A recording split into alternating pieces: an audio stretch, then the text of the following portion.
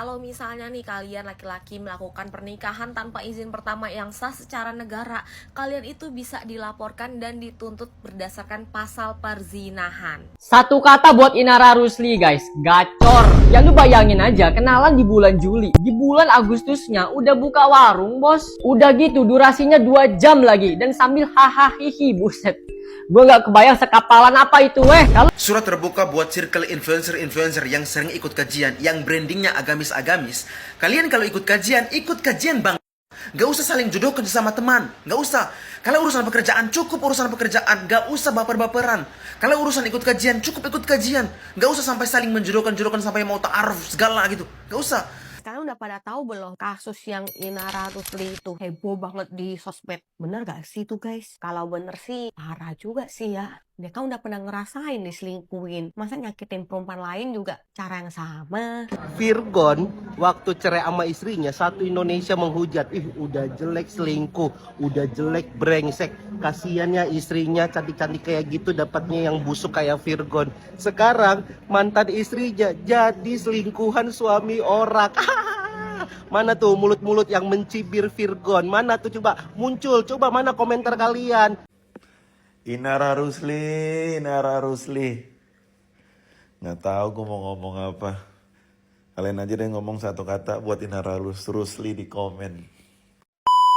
Halo guys, kembali lagi bersama kami di channel Arafi. Bagaimana kabar kalian? Semoga baik-baik saja dan semoga kalian semua dijauhkan dari kata sakit. Amin amin ya robbal alamin teman-teman. Mengenai kasus Inara Rusli dan Insanul Fahmi yang diduga tengah berselingkuh dan menjalin hubungan gelap ini teman-teman. Bahkan dikabarkan ada durasi video selama 2 jam rekaman CCTV yang dipegang oleh Mawa yang merupakan istri sah dari Insanul Fahmi ini teman-teman. Ternyata menurut perspektif hukum di Indonesia, keduanya terjerat pidana teman-teman. Bahkan terancam hukuman 7 tahun penjara. Ini dia pernyataan dari salah satu warganet yang menjelaskan perspektif hukum terkait poligami teman-teman. Ini dia videonya. Dari kemarin ini kasus lewat di FYP gue dan ini menarik banget karena udah masuk ke dalam perspektif hukum gitu ya. Dan di kolom komentar tuh banyak banget netizen yang bilang kalau misalnya laki-laki tidak perlu izin dari istri pertama untuk melakukan pernikahan yang kedua ataupun melakukan poligami.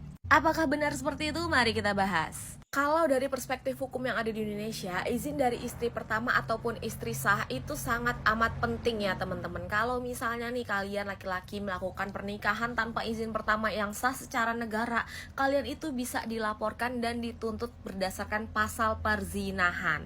Dari yang gue baca juga, pasal yang bisa digunakan itu adalah 279 KUHP. Apa tuh gitu ya? Intinya adalah hukuman 5 tahun buat orang yang sudah memiliki pasangan sah secara negara tapi tetap melakukan hubungan dengan orang lain ataupun menikah tanpa izin dari istri sah. Dan hukumannya itu bisa menjadi lebih berat menjadi 7 tahun gitu ya. Kalau misalnya laki-laki tersebut menyembunyikan pernikahan pertamanya dan melakukan pembohongan kepada orang-orang. Kurang lebih jawabannya seperti itu ya. Jadi negara kita ini sangat melindungi pernikahan yang sah secara negara. Itu dia kenapa ketika kalian memutuskan untuk melakukan pernikahan, please resmikan juga secara negara.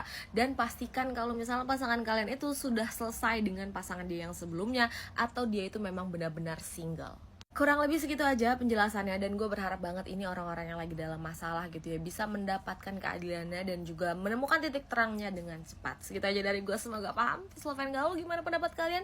Silahkan tulis kolom komentar. Bye-bye. Sekarang udah pada tahu belum kasus yang Inara Rusli itu heboh banget di sosmed? Bener gak sih tuh guys? Kalau bener sih parah juga sih ya. Dia kan udah pernah ngerasain diselingkuhin. Masa nyakitin perempuan lain juga cara yang sama? Kibar cuma mau pesan aja buat semua wanita di Indonesia lah atau di dunia lah ini mah. Kalau ngerti bahasa Indonesia mah juga bahasa di luar negeri itu mah terjemahin aja dah. Kibar pesen jangan pernah tergoda sama suami orang. Kalau kalian udah terperangkap sama suami orang, nama kalian tercoreng seumur hidup. Sedangkan lakinya mah belum tentu dihujat walaupun dia mah sama-sama penggoda. Tahu kan kalau Indonesia netizennya kayak gimana? Hukumannya mah sosial. Lihat no yang mantan-mantan pelakor-pelakor yang di Indonesia dihujatnya kayak mana ya, dikenang seumur hidup itu komentar-komentarnya sari-sari semua. Jadi buat seluruh wanita di dunia ini jangan mau tergoda dan jangan jadi penggoda ya. Anteng-anteng aja lu cari duit dah udah banyak-banyak lu ya. Aman ya. Virgon waktu cerai sama istrinya satu Indonesia menghujat. Ih, udah jelek selingkuh, udah jelek brengsek. Kasiannya istrinya cantik-cantik kayak gitu dapatnya yang busuk kayak Virgon. Sekarang mantan istrinya jadi selingkuhan suami orang. Mana tuh mulut-mulut yang mencibir Virgon? Mana tuh coba muncul? Coba mana komentar kalian? Emang kayak gitu di Indonesia. Kalau gak good looking, kalau bikin salah itu akan dapat cibiran satu Indonesia. Sedangkan kalau lu good looking, lu akan dimaafkan kesalahan-kesalahan lu. Dan yang kedua, ada aja emang perempuan-perempuan yang suka berlindung di balik privilege-nya. Terlihatnya kayak malaikat, tapi di dalamnya kelakuannya sama aja kayak cowok-cowok brengsek di luar sana. Nah, ayo pada nggak seneng sama konten gue? Coba komentar di bawah sini para perempuan-perempuan yang standar ganda.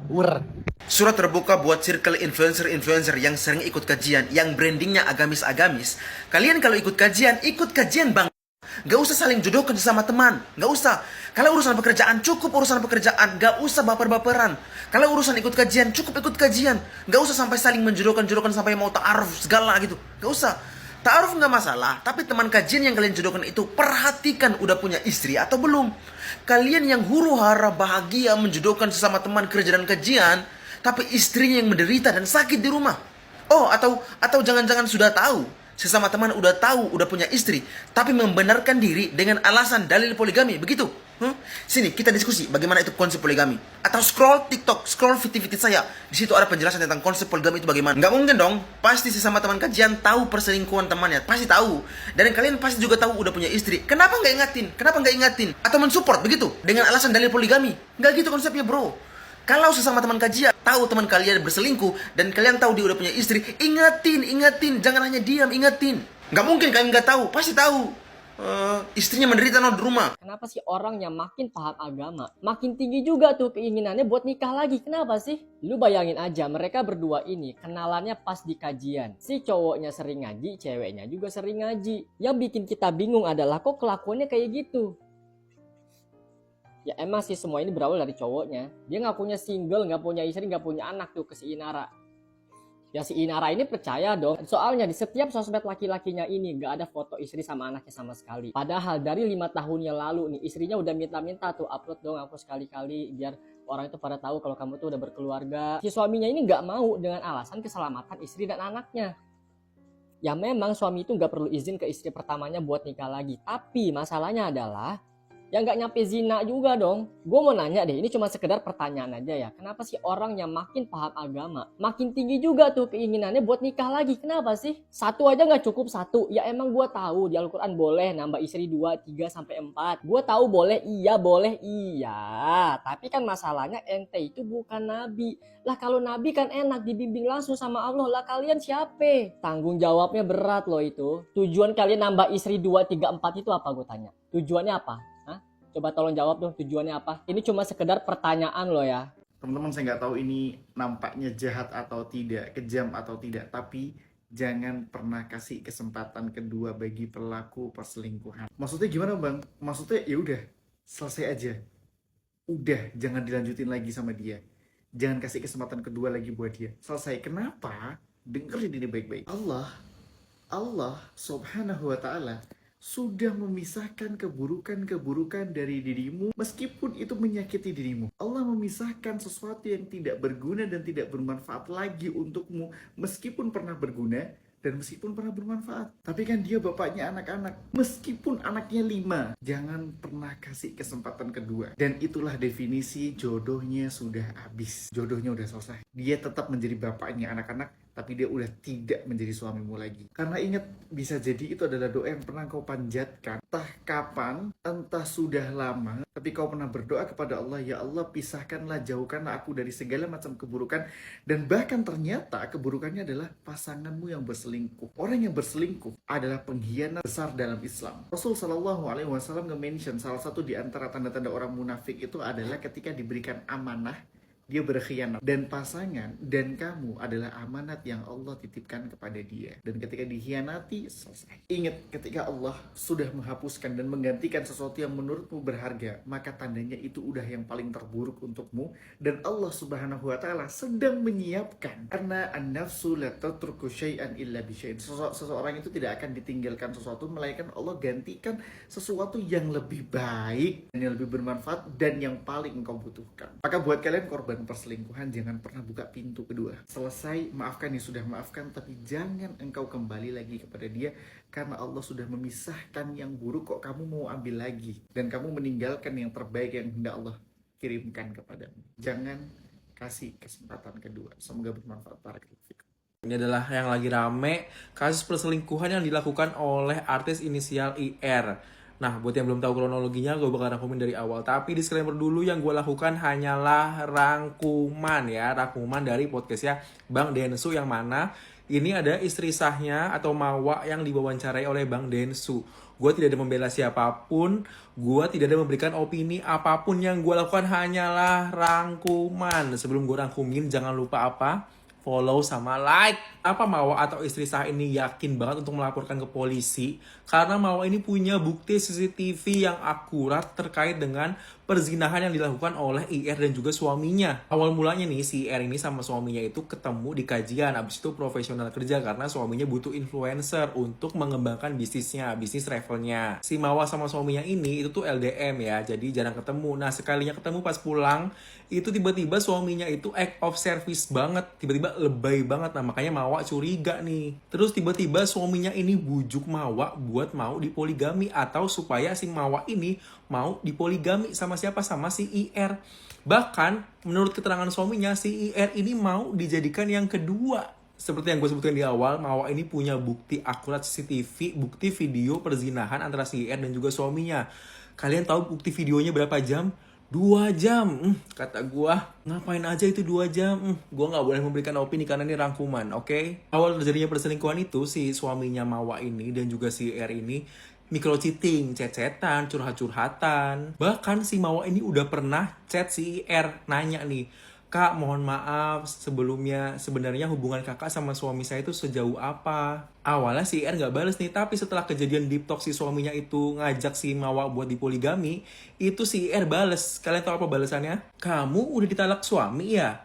Kamu udah pisah rumah ya? Kamu kan udah ditalak 2 kali sama suami." Mawa nih bingung, padahal nggak ada konflik sama suami, nggak ada ribut-ribut, nggak ada pisah rumah, bahkan nggak ada kata-kata talak. IR ini bilang ke Mawa kalau misalkan suaminya ini udah bilang ke guru-gurunya, ke abang-abangnya, ke temen-temennya kalau misalkan si suaminya ini mau nikahin si IR. Ujung-ujung Mawa blokir IR gara-gara udah kesel banget. Terus suaminya tuh chat Mawa, minta-minta maaf, bilang belum jadi suami yang baik, terus bahkan bilang mau mengakhiri hidupnya setelah apa? Setelah tahu kalau misalkan Mawa itu pegang bukti CCTV. Menurut Mawa, suami Mawa ini nggak pernah ngepost Mawa dan juga anaknya di sosial medianya selama 5 tahun. Densu jadi mengkhawatirkan nih, jangan-jangan si IR ini nggak tahu kalau misalkan si suaminya Mawa ini punya istri. Tapi si IR ada bilang ke Mawa, "Akan kupastikan apabila kami berjodoh, tapi bukan dalam keadaan suami orang." Mawa sudah melaporkan IR dan juga suaminya ke pihak berwajib. Kalaupun si IR nanti minta maaf, tidak akan mencabut laporannya. Mawa ini kecewa banget sama suaminya melakukan perzinahan itu tuh kayak kelihatan tuh fun banget, kagak ada canggung sama sekali, happy banget. Terus nggak nyangka untuk IR udah pernah ngerasain diselingkuhin, kok sekarang malah jadi selingkuhan gitu. Segitu aja rangkuman dari gua. Kalau kalian nonton video aslinya itu tuh bener-bener berantakan ceritanya gitu, gara-gara mungkin juga si ceweknya atau si Mawa ini lagi dalam keadaan shock, dalam keadaan mental breakdown. Bahkan Bang Densu aja tuh berusaha untuk meluntutin ceritanya gitu biar jelas. Nah, kalau misalnya kalian penasaran, langsung aja nonton ke podcastnya Bang Densu. Istri sah mendapati lakinya selengki dengan Nara dan membawa kasus ini ke Polda Metro Jaya katanya ya kan, dengan alat bukti ya, rekaman CCTV selama 2 jam full. Yang menjadi pertanyaanku sekarang, istrinya itu mendapatkan ya bukti CCTV itu di mana? Misalkan mereka melakukan itu di hotel. Masa iya sih di hotel di kamarnya itu ada CCTV kan? Atau di mana gitu ya? Apa kontrakan? Apa di mana? Tapi kok bisa ya? Istri saya ini dapat ini ya, rekaman CCTV-nya ini kok dia bisa dapat gitu dari mana? Kalian tahu nggak? Gimana caranya si istri sah ini mendapatkan rekaman CCTV ini gitu loh. Salam dari Koko Hiro Cimaut. Yang suka video saya silahkan follow dan tinggalkan komentar. Inara Rusli, Inara Rusli. Nggak tahu gue mau ngomong apa. Kalian aja deh ngomong satu kata buat Inara Rusli di komen. Dulu pernah disakitin, sekarang tega nyakitin orang. Tahun ini kayaknya lagi maraknya mendua deh kata gua. Artis IR yang udah menjadi rahasia umum. Kenapa gua bilang rahasia umum? Karena mau disingkat pun kita semua udah tahu IR itu siapa. Dari chat-chat yang beredar, katanya IR ini nggak tahu kalau si laki-laki ini udah punya istri, udah nikah. Cuman yang jadi masalahnya di sini, pada saat laki-laki ini mengaku bahwa dia sudah punya istri, bukannya si IR ini mundur, tapi dia malah maju. Tetap aja dia mau. Terus dari chat-chat yang beredar juga, si IR ini bilang ke istri sahnya dari laki-laki ini untuk nggak insecure sama dia. Waduh, percaya diri banget ya si dia ini. Terus kenapa si istri sahnya ini berani speak up, terus berani ngelaporin ke pihak yang berwajib sekarang? Karena beliau ada bukti. Buktinya bukan kaleng-kaleng kata gua mah. Bukti CCTV coy. Dan kalau sampai dia tunjukin bukti CCTV ini atau CCTV ini beredar, kata beliau ini sangat menjijikkan. Gue bisa bayangin ya kalau sampai rekaman CCTV ini beredar, kata gue mah malu di atas malu ini jadinya. Dipikir-pikir ya, si IR ini kan pernah ada di posisi istri sah dari si laki-laki ini. Ingat nggak kalian, dia sampai buka cadar, terus nangis-nangis, sampai kita lihatnya kasihan banget loh. Dia cantik, dia masih muda, tapi dia dihianatin sama suaminya. Dan bahkan dia harus berjuang demi anak-anaknya. Sampai setiap dia diundang, terus dia speak up, dia itu harus nahan air matanya. Bahkan ada juga di beberapa podcast, ada momen di mana dia sampai nangis pada saat dia speak up. Cuman balik lagi sih, bukan hanya si IR ini aja yang salah ya. Si laki-laki ini juga harus dicari tahu loh. Di awal dia ngaku ke IR ini dia single. Habis itu dia bilang dia udah mau cerai karena dia ada masalah sama istrinya. Padahal si istrinya bilang gak ada masalah apa-apa sama rumah tangganya. Nah, terus gimana coba? Siapa nih yang mau disalahin? Apapun itu namanya selingkuh ya, kalau sudah berumah tangga, sudah menikah, itu tidak dibenarkan. Coba deh lu bayangin, pacaran aja kalau ketahuan selingkuh, serasa hati ini sakit banget kan, bener kan? Apalagi posisinya sudah menikah, bukan hanya pasangan kalian yang bakalan sakit tahu, anak-anak kalian, bahkan keluarga pun bakalan ngerasain sakitnya itu. Gimana menurut lo? Coba deh komen di kolom komentar. Besti, ngelihat story-nya Mawa ya, yang ini nih. Aku ngebayangin Besti ada dialog kayak gini. WKWKWK. Abang lucu lah kalau ngebayangin pakai jubah. Terus kalian kanan kiri, anak-anak di belakang. Terus pakai backsound, Habibi, Habibi. Asal otak nanya Besti. Yang harus Ayang ingat adalah gimana pun masalahnya kita tetap Abang gak akan tinggalin Ayang sama Afnan. Makanya Abang transparan sama Ayang. Geus hayang nyabok aku mah da ngelihatnya ya. Terus ada lagi kata-katanya gini katanya. Ayang harus bersyukur Abang jujur. Abang gak kayak laki-laki lain di luar sana yang jajan cewek sewa lon atau ke Abang masih hargai pernikahan kita. Jadi tolong berpikir pakai logika, jangan pakai perasaan. Coba bersikap dewasa ya sayangku. Terus ada pelukan cenah. Sesudi aku mah dipeluk ku lalaki siga kieu. Kasep sia teh beunghar sia teh loba duit sia teh. Awas we mun geus geger ya sa Indonesia dengan dunia rumah tangga kalian ini, terus kalian nanti bersatu menjadi keluarga yang sama. Awas ya. Asa galila anjir. Tandaan eta beungeutna teh gigir siga kitu. Teh hayang ningali story tapi kepo aing teh, tapi geuleuh mun geus maca kieu sayang bukan jelema aing mah. Itu yang Nah itu ya guys ya, bagaimana tanggapan kalian setelah melihat beberapa video-video updatean mengenai tanggapan warganet terkait kasus Inar Rusli dan Insanul Fahmi ini teman-teman.